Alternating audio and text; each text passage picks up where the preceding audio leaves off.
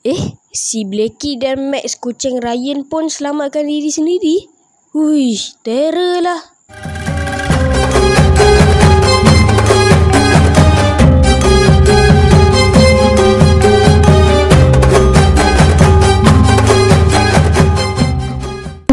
Assalamualaikum warahmatullahi wabarakatuh. Selamat datang di channel saya Raiman Don. Nama saya Muhammad Iman.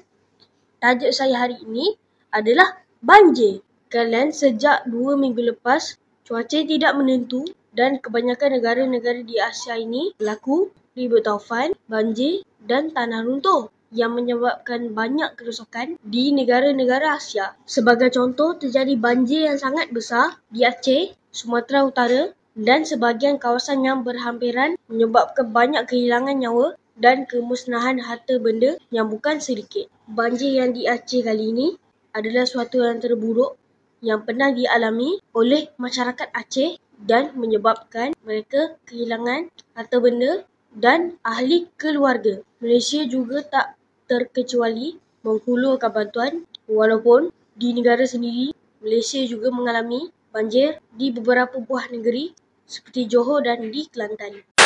Kita mendoakan agar banjir di Aceh akan segera pulih sebagaimana sedia kala. Semoga rakyat Aceh yang terkena musibah banjir ini dapat bersabar dan dapat meneruskan kehidupan seperti biasa. Kepada yang ditimpa banjir, janganlah bersedih sangat. Ambillah ini sebagai ujian daripada Allah SWT dan kita teruskan kehidupan. Di video kali ini, Raya nak tunjuk di sisi ketawanya tentang perilaku manusia ketika mengalami banjir. Gambar-gambar ini hanyalah hiburan semata-mata, tetapi ada pengajaran di sebaliknya. Jom kita saksikan sama-sama. Dalam sesebuah keluarga, anak-anak tak usah mengharapkan ibu bapa sahaja. Bila terjadi sesuatu, anak-anak perlu ambil peranan bertanggungjawab membantu kedua ibu bapa. Pakcik ni bukan cacat tau, dia penakut. Makcik terpaksa dukung dia di belakang makcik untuk larikan diri. Hai, pakcik. Sebagai ketua keluarga, pakcik kenalah berani. Jangan ingat Superman ada kat Amerika aja. Kat Malaysia pun ada Super Opa. Sayangnya seorang nenek kepada anak cucu dia. Cayalah nenek. Pakcik ni sayang sangat dengan kereta dia.